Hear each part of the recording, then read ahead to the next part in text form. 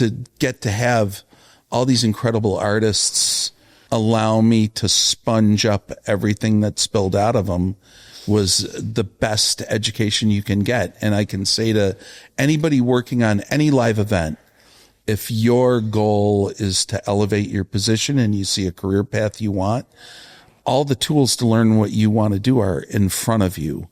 All you need to do is make the effort, contribute in a positive fashion, provide solutions, be a good hang, and all of a sudden, like in any career you choose, doors will open.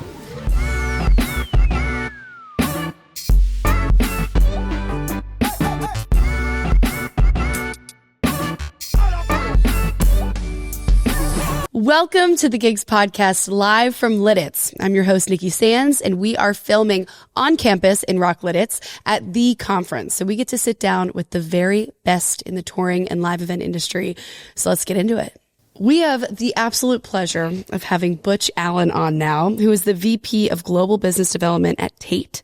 He has done every job except audio for artists like Eric Church, the Eagles, Metallica, Melanie Martinez, Paramore, and many, many more. Thank you so much for being here. Thanks for having me, Nikki. You're a hoot, man. I'm really honored to know you, to have gotten to work with you. And I want to just take it back to the beginning. What got you into this world? What got me into this? Okay, I started off in performance acting. And in the school I was in, they forced us to take technical theater classes. Okay. So all the actors were invited into this classroom, and it's dark. There's not a light on. The door's open. And we're sitting in there, and we're kind of whining about what we have to do. And the instructor comes in and closes the door and says, theoretically, light does not exist until it hits a plane, and turned on the light switch. And then all of a sudden the tabletops light up, the people's faces light up, the room lights up, and I was. And 3 weeks later, I was in a technical theater program in a different school. Why did it give you the brain explosion? You take light for granted. It's everywhere, right? And I just never thought about controlling it, something that exists everywhere. And all of a sudden, I'm the great and powerful Oz, and I control this light. I was just fascinated with it, and so doggedly pursued it. Wow. Yeah. So how old were you? 18, 19. Also, it makes sense that you were a theater kid, that you were a theater kid. Come on. Yeah. Super nerd, enemy of every football player you had. Enemy. Yeah, wow. I was loud and trouble, and I love it. It was a good time. Okay, so wow, you're amazed by lighting. You kind of want to go that direction. Sure. When did you make the pivot? In that moment, I'm done doing this. Much to the surprise of my family, because, my mom was just like, you did what? And then I started pursuing theater and lighting there. And then I went to a couple of concerts, and the beams of light over my head changed it all. And then I was like, no, I want to be around music. There it is. I grew up in a real household that loved music, so I always had it around me. And then I went to a show, and I was like, oh, hell yeah.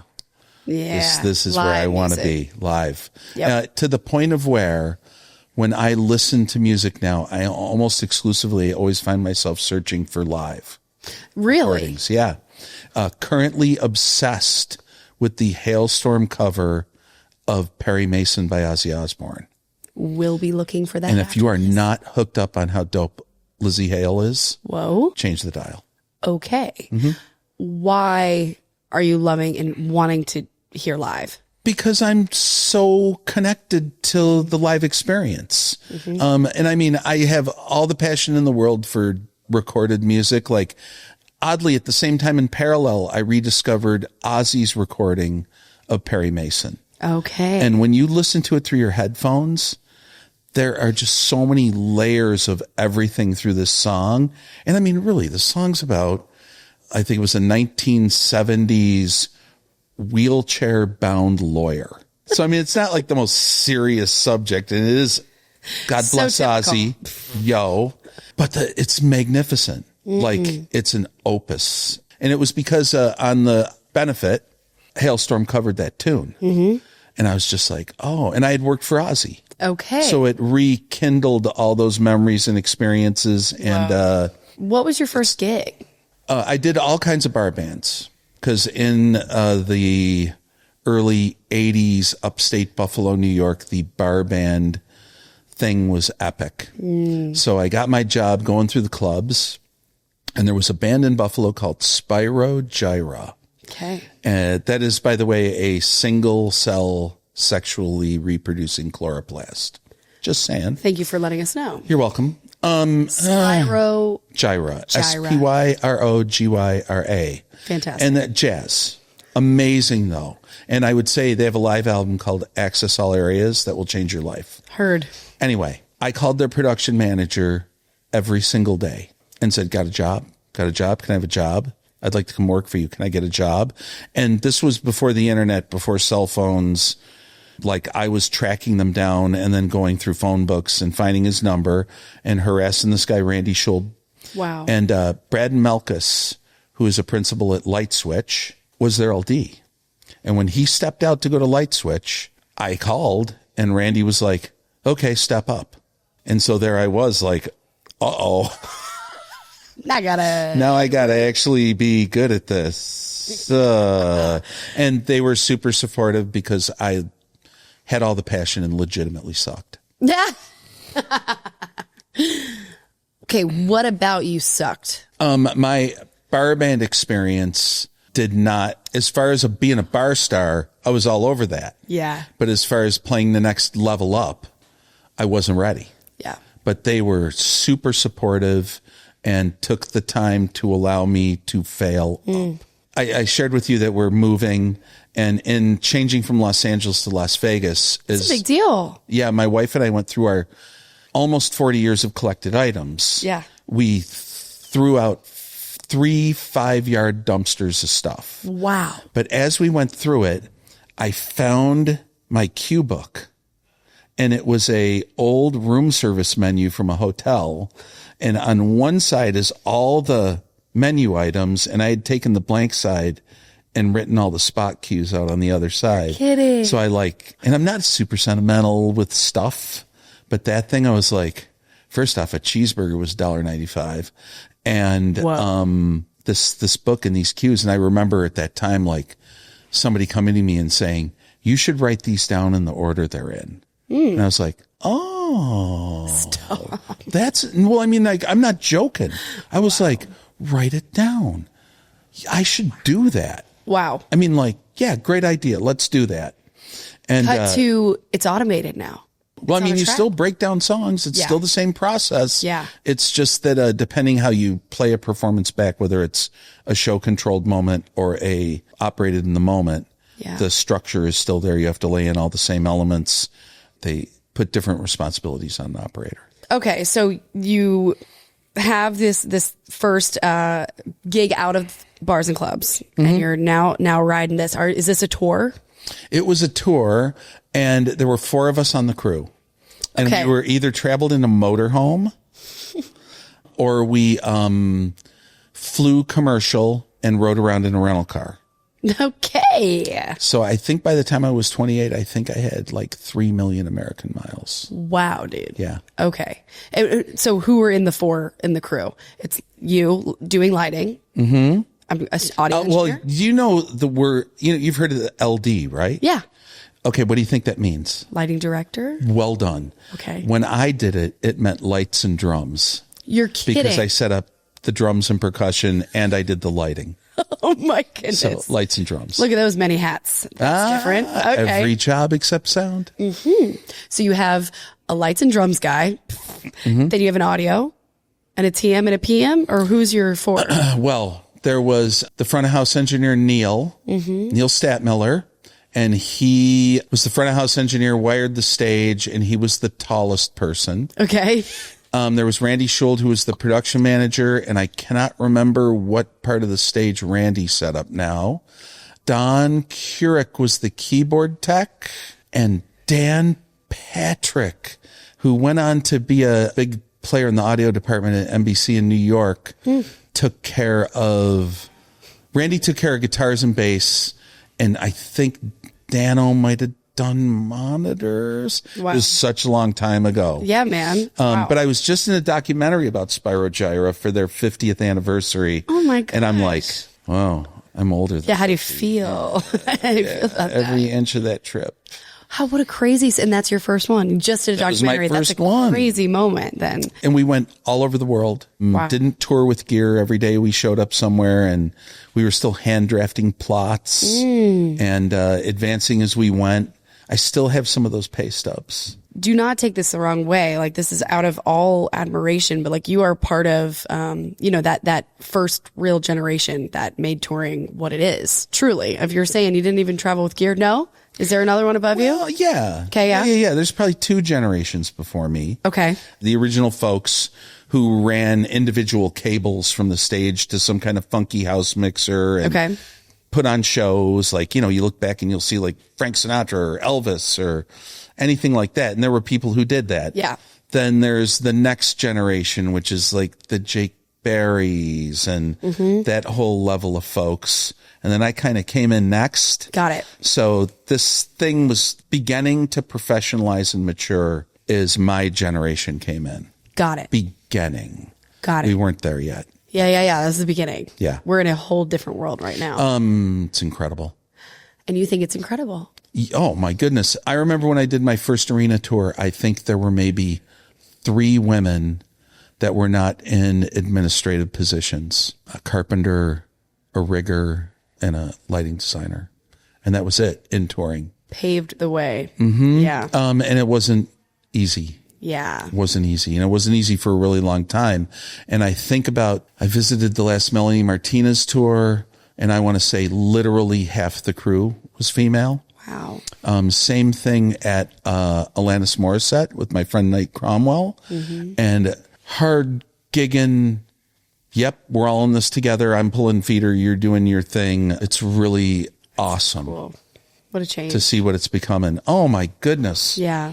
So you go from this first gig, traveling the world, realize this is what you love to do. This is what you want to do. What was getting to the next gig? What was your goal at that point? My goal was where I got to. Like, I always envisioned myself doing big shows. Yeah. And I just love it. So to this day, I mean, yeah, we're the luckiest people in the world doing this because it's like a job. And sometimes it sucks. It's not always cuddly, but our deadlines are deadlines. Our successes are our successes. And this is the place to be if you love finding a solution. In your current job now, when are you brought in? What do you do? It's funny to say business development because it sounds like a salesman kind of job. Yeah. And you don't have to really sell what TAIT does. Yeah. I guess my job is I try to help foster projects through. Okay. And help people find their way through TAIT and help them get the most out of it that they can. Introduce new people to the company and occasionally put on an animal costume and freak everybody out. What was your most recent animal? A bunny suit. Okay. I love that. Let's go back. What were the roles you said you've done every role but audio? What were some of the roles that you did? Once a bus driver got sick and I drove the bus. Okay. Another time I drove a truck. I've obviously been a backline guy. I've been a production manager. I've been a stage manager, lighting designer, set designer, production designer, coiled steel, ran cable, been on lighting crews. When I worked for Garbage, I was the production manager, the LD, and the video crew. If you're a good hang and a good person who can live in a fishbowl, we can teach you what you need to do to be successful in this business. But it's, It takes a certain type of person. It takes a certain type of person. It's not for everybody. Yeah. Was there ever a time where you're like, I got to get out of here? Well, it wasn't I have to get out of here.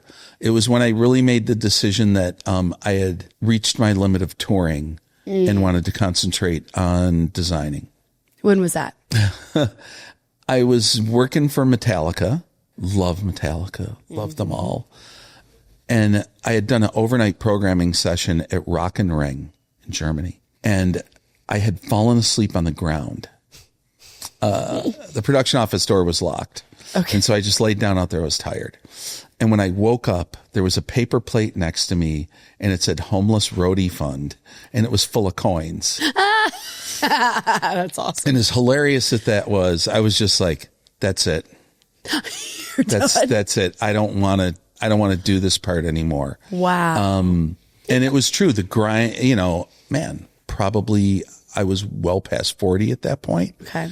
And it really was time for the Peter Pan part of my life to come to an end and to take the risk to see if I could finally commit to the rest of my career and develop it. Were you married at this point? I have been married since I was 25. Oh my gosh. And known my wife since 7th grade. I know, isn't that gross? It's adorable. Damn it. It's so I love you, Lori Allen. Okay. Well, she's been through it with you being gone, chasing your dreams. And and she held down the consistent gig. She's had a career as long as I've had a career, and she provided our health insurance and consistent income, because the life of a freelancer, it's feast and famine all the time. You were always a freelancer? You never went... I had my own company where I freelanced. Okay. And the first job I had of my life is here at TAIT. And I got that offer when I was 61. Wow. Yeah. So you get off the road around 40 to start designing. Why not? Whatever. To start designing shows. Well, to exclusively do that, because I was designing shows and running them. Got it. And staying with them. Now I just want to design them. And what does that mean? I did a whole lot of lighting design. And then I started to get to do the opportunity to do some scenery. And then that kind of melded into doing it all. Did you love this, or did you miss the road at that point? Well, this is the beautiful part, is you still go to tech the shows and go to the first few and check in on the tours, but day to day, not in and out of the bus, going to the grind. Did it come naturally to you? Like, how does one start designing shows? That's a really good question. I was around so many, and I was fortunately mentored by some of the best designers, Jonathan Smeaton, Peter Morse, Steve Cohen. I was a huge influence on me, as I think everybody, Mark Fisher, Dave Davidian, Philip Ely. I can't think of all the names right now, but really fortunate that all these people, eventually Peter Morse and I had a company together called Redesign. Oh. And to get to have all these incredible artists allow me to sponge up everything that spilled out of them was the best education you can get. And I can say to anybody working on any live event, if your goal is to elevate your position and you see a career path you want, all the tools to learn what you want to do are in front of you. All you need to do is make the effort. Make the effort. Yeah. And soak up as much as you can around you. Mm-hmm. Contribute in a positive fashion, provide solutions, be a good hang. And all of a sudden, like in any career you choose, doors will open. This might be the hardest question. What is the show that was the most memorable for you to design? My career is like a garden full of beautiful, different flowers. And to pluck any different flower out of that garden is I didn't say favorite. I said memorable. Disservice to the others. As far as memorable, they're all memorable to a point. I mean, there's always like these pinpointed moments in your life when you can just be like, oh man, there's the Eagles and they're playing Hotel California. And I'm so blown away and overwhelmed at this moment that I'm making mistakes and I'm going to get in trouble. And here it is. It's Metallica, or it's Def Leppard, or it's, you know, all these people. I've been so blessed to get the opportunity to collaborate with. Yeah. So yeah, to pick them out, that's tough. I mean, Garbage, holy moly. If none of you have ever listened to Garbage, listen to some Garbage. Okay. Done. Shirley Manson, she's the queen. Just saying. This episode is brought to you by Giggs, the professional career platform for the live event industry. So if you're looking for jobs in the live event space, or if you are hiring in this industry, go to gigs.live, become a professional, become an employer, start posting jobs and applying to jobs now. Join our community of tens of thousands of professionals in this industry. We have events around the country. We have employment opportunities. We have entertainment. We have education. So join Giggs today, gigs.live. Also, please go give us a 5-star review and follow us on our socials at gigs.live. We were talking a little bit about Michael Jackson's shoes. Okay. The Smooth Criminal shoes. You ever seen the lean? Smooth Criminal. Bum, bum, bum, bum, bum, bum, bum, bum, bum, bum, and they all lean over in unison to this crazy angle. Michael Jackson and his costume designer patented a shoe that had a notch in it and a bolt slid into it, essentially. And this was something that oddly they owned the patent to it. And they came up with this, and eventually when it got incorporated into a touring situation, TAIT refined it and came up with these little actuators that popped out of the stage that they would step into. No way. And step back, and that's how they did that live. So the shoe would move. The shoe doesn't move. The shoe has a little notch in it. Okay. That would capture the bolt, essentially. And this is something you can search for and find it online. The drawings are there. And it's one of those things where it's like, I keep going back to this, but a amazing solution provided by the people you would expect it from the least. Well, I mean, here's a super, actually complex technical solution. And it was the artist and the costume designer. That's so. And then they had the foresight to patent it, which also makes them creative geniuses and businessmen. All hail to Peter Morse, who shared all those Michael Jackson experiences with me so generously. What a moment. My God. I didn't know that. I didn't know that there was a special shoe. Tell me more about what drew you to TAIT. When I first met TAIT, it was a really long time ago. It was a small company. They were the best. They were the most innovative. They solved problems for my crazy ideas. Like we came up with this idea for Ozzy to spray the audience with water. So the TAIT team came up with this giant pump system and fire hoses that ran from backstage up to a front truss with nozzles. Whoa. And we would take one end of the hose, dip it into a 7,500 gallon water truck, and it would plug into the pumps. And then the pumps would pump it up to the truss. And then he had a foot switch, and he would just hit that switch, and he would empty that truck. No way. Oh, way. And it was everyone get it, or just the front? Oh, it got wet. Like after we really put that in the show, I would pick up everybody's snakes from front of house every night because the snake trough was so nasty. Or the snakes were so disgusting. You know, like all the nacho cheese just washed all over everything. But it was so much fun. How epic. The force of that thing would just kick that front truss back. Just all that water just pushing it out. And then you were just like, look what we did. Has anyone ever done that since? I believe Ozzy in one form or another has done it forever, or foam guns or everything crazy. But once Oz did that, how could anybody, you'd just be like, nah. Right. You'd just be copying. Yeah. Are there any other artists that have done like Michael Jackson with the shoe? Ozzy with it? Are there any other artists that stuck out to you of doing something so unique? They're not always production moments, When I was working for Spyro Gyra, I would watch them play. And there's this thing that only musicians do, where kind of like their eyes close and something happens and they leave the planet. In their own way, these moments happen, and it happens every night in every show when it just locks in and we all travel with them. Oof. And it's, I hate to be so old guy deep and spiritual about it, but it's the thing that makes us raise our hands together and raise our voices as a group, because it is, not everybody can play an instrument, not everybody can sing, not everybody can dance, but when we're all in the room together, we can all love it. Is that kind of what has kept you in? Duh. Yeah. Yeah. That's it. Yeah. Yeah. Cause there is that thing, like some people, you'll talk to some people and it's that house lights out moment. The house light goes out. And I mean, that's cool and it's singular, but then you get into it and all of a sudden you're like, it's moments and they just keep coming at you. Every artist has their own, and every audience has their own thing that they grasp. And that's what makes these things so personalized. Yeah. What's the best show you ever saw? Oh God. Yeah. What's the moment that stands out in your mind? When did you just go, I need to be around this forever? Weirdly enough, it was my first show in second grade. Shania Twain.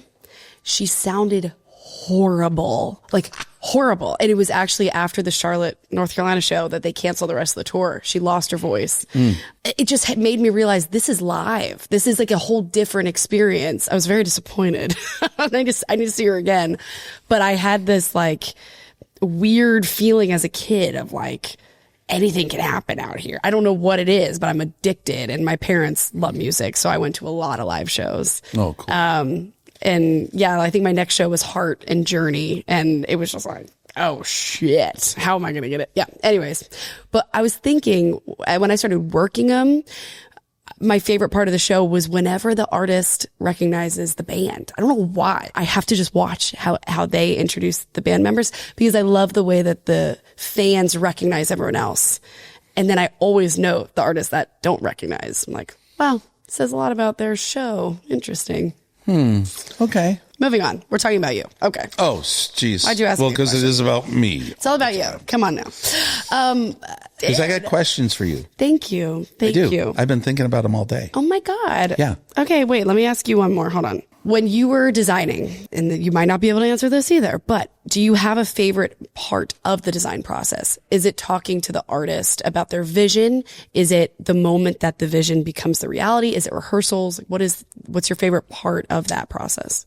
I love the part with the blank piece of paper.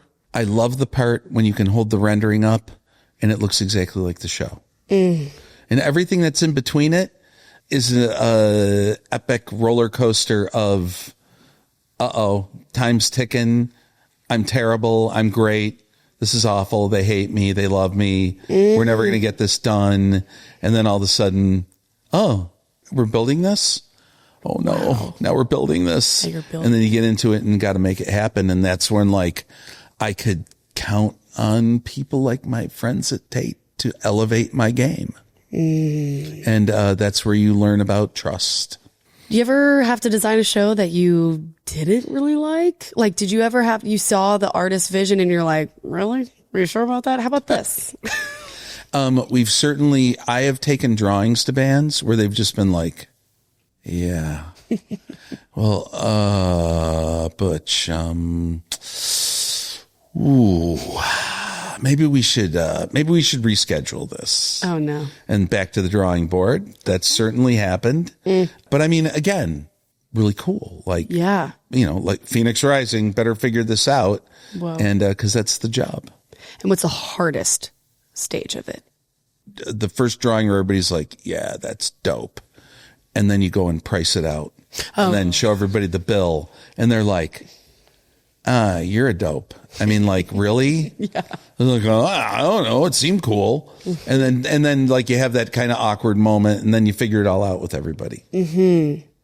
Who's someone that you really looked up to early on in your career? Well, I'm short, so that's about everybody. I went there, try to joke my way out of a hard answer. You don't have to. Or someone that, not one singular person, but maybe like a characteristic that you saw one time and you're like, I want to be like that. I love great teams. And when you're in that flow with a group of people where something that can't be done gets done, and where you've all worked together from the part of where it was like, every day's 24 hours. We're just never going to finish, to the point of where it's like, we have enough time to actually get on each other's nerves now and take naps and make trouble. And you love that part where like you battle through the beginning of a tour and then all of a sudden it becomes this smooth machine. And, that was my favorite process. It always is tough at the beginning because you're putting it up, you're taking it down, you're putting it up, and then you finally understand it, right? The first 3 weeks of a tour are the worst 3 weeks of your life. Can you talk about the difference of pop, rock, and country? Because you're the weekend warrior, so it's like you have to do multiple weekends. You might not be as, like, is it harder in one way? Because with like pop and rock, you don't have that break. You just kind of keep going. I think. Yes. The weekend warrior thing, I think it's harder. Okay. Because you're constantly ramping up for your job, then having to swap over to your family life, and then ramping back up to your job. And then every weekend. It's not like we're doing a 1 in a row and a day off. Yeah. Like 3 in a row every weekend, 3 in a row. Brutal, brutal, brutal. Try to recover on the bus ride home. Right. And you get home and you're like, gotta be on, gotta be with your family. It's it's all a challenge. And I tip my hat to, regardless of the genre, to the teams that are all out there being successful every day. I love that you mentioned like, oh, wow, we actually get a little bit more time to like annoy each other, because when it's in that, like, holy shit, are we going to make doors day? Because it's the first few weeks or so. Like, or we're only missing doors by an hour. Yeah. How does our industry always fucking do it? Like, how does it always get done? Well, first off, because it has to. Secondly, because you're not here unless you're in it to win it. And it's always a thing to see everybody at the beginning, just it's a beating. Mm-hmm. But then all of a sudden it all pulls together and finds a flow. And it's just really cool. Like, this isn't a new industry anymore. It's professionalized, and we know the venues inside and out. Our production teams do, and our gear is molded to that. Mm-hmm. So now, it's tough at the beginning, but we're not charting unfamiliar territory every time. I mean, and there's generations now of this. And I see like people I started out with, their kids doing this now. It's so cool. And so you imagine like there are Tiger Woods situations of people who came up around parents who were production managers. We just had Nick Weldon on. Oh, well, you see? Yeah. And then they're moving into that. Mm-hmm. I used to say this industry was the island of misfit toys. Here we all are, this odd collection of people who we couldn't find a place anywhere else. Right. And this was our place. Or, like Never Neverland, moving from city to city. Oh, yeah. And it's still got those qualities to a point, but also everybody here, like, the shows are far more complex. Yeah. The technology is so intense, and all the people coming up grew up with this technology. So they're professional, and it's just not this raging party anymore. Like, people are like, what are you doing on your day off? I'm going rock climbing. And I'm like, wow. Wow. Okay. Good for you. I mean, like, power to you. Okay. And I mean, it's cool because I hail you. Right. Totally. I mean, we never thought of really anything other than let's party. Yeah. Day off. Let's go. Maybe also it's because there's a shift in artists too, that the artists are taking this more seriously because it's not as much of a party for them. I mean, yeah, I guess to a point, but I really think all y'all's generation, you take better care of yourselves. Yeah. Because it's like, you've seen what a lifestyle can do to you, Crazy. And, it's cool. Yeah. Like, you walk around, you're just like, man, you're all so smart. There are probably a million stories that like you just cannot say on this microphone. I get told all the time that I should write a book. Hey. And what I say to that is my stories, like when they happened, were all in the moment. Yeah. And they should go with me. And I hope, when time comes, people will be like, when Butch told me that story. Oh. And I just hope they get it all wrong and it blows out of proportion and I'm hanging off a spaceship and everyone's on fire and we're painting things green. Done. This is like one of the only, I don't know, I could be talking out of my ass, but like, I feel like it's one of the only like verbally passed down industries, really, because people are learning verbally, passed down from the generations. But the stories, like, there's a whole world that I want to explore and somehow be able to capture as like the storytelling. There's so much time together, so much downtime. When I first came into it, I had nothing to contribute. I was just taking it all in. But hearing the stories from Pork Chop or from MJ, like, that's a part of the life of the road. Is being able to share your own stories. It's like life in a fishbowl, right? From the time you're on a tour, it's like a fishbowl you can't get out of. Yeah. And not that you want to. And then this fishbowl family at the end, it's like the bowl gets dropped on the floor. And as close as we've all been, you may not talk to any of those people till the next time you see them, how many years it is, but you pick up like it never happened. So as humans, our commonality is our ability to share our experiences. And so there we are, right? Like, yeah, there was this time we were pushing all the cases. It was uphill and 98, 60 below zero. And, you know, my eyelids were frozen shut. And like, oh, yeah. Well, the rain was coming sideways. And all of a sudden we have this easy common ground to build our friendships. Yeah. We are, unfortunately, these are mini episodes. So my last thing I'm going to ask you a question. Okay, go. As a person who is in the business of live events. Yes, sir. How do you see AI affecting what we do? Only positively. Who's it going to replace? Funny you should ask. Okay, let's hear it. I think in this world, the best place you can be is in live events. Hello. I was actually talking to venture capitalists and we're talking, had this whole conversation. He's like, actually, I think stagehands in 5 years will all be robots. And I was like, you can fuck off. Sorry, dude. Like there's no way. Like this is the most purely human. That's why we got screwed so bad in COVID. This is the most human experience that has to be live and it has to be human. And as things go more AI, people are going to crave this more and more. I also think that it's the in the moment adjustments that I think it's a long time before a robot can be trained to be like, today all these points are here, tomorrow they're there. Right. Now this isn't working. How come this is this way? How did we do this? We showed up 3 hours late. There are all these elements that are either stagehands or the technicians who travel. And I think this also touches into corporate theater, film, television, the human element that assembles, disassembles, maintains, and performs, at least for the short time being, can't be replaced. No. But what can be enhanced, we just went to the Sphere and I saw the Eagles. It was the best thing ever. But we saw the Wizard of Oz. Yeah. And I don't know how those monkeys flew or how the butterflies worked. But like, that's the kind of cool shit that we're about to get that humans still have to monitor and operate. But we're about to get even cooler shit that we can't even think about. That's how I think we're about to be enhanced with AI. Like I use it every day. Me too. I'm a chat GPTer to death. It's my husband. And I'm appreciative of how it has elevated a lot of things I do. But as far as like going out there and grinding, I'm sorry, you can't type a prompt for grab the feeder and run it down there.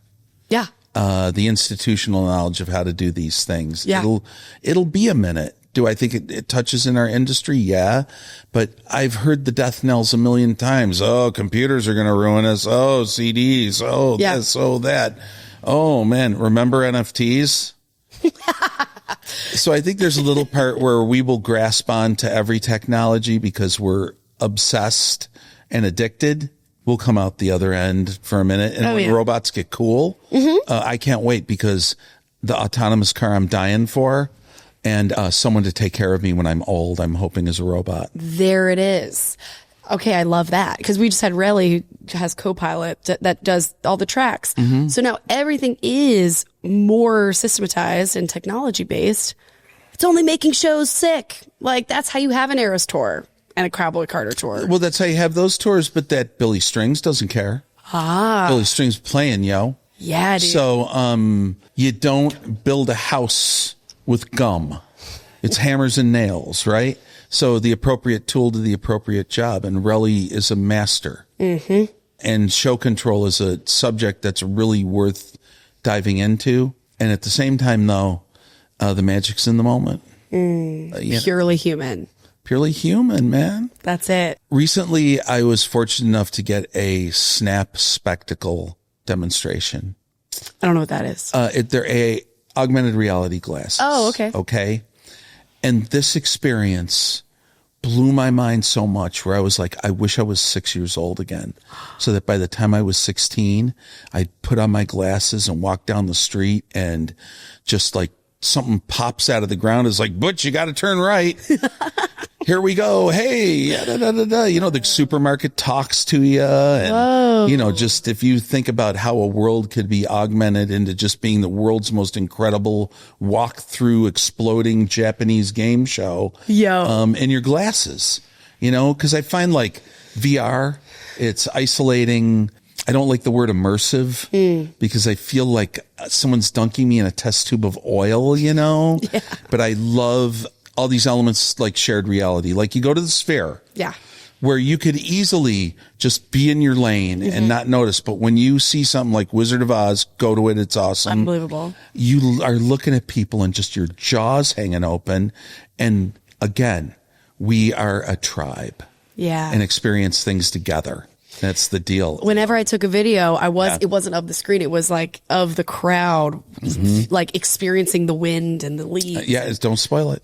It is a singular successful element, and the Sphere is a wonder of the world.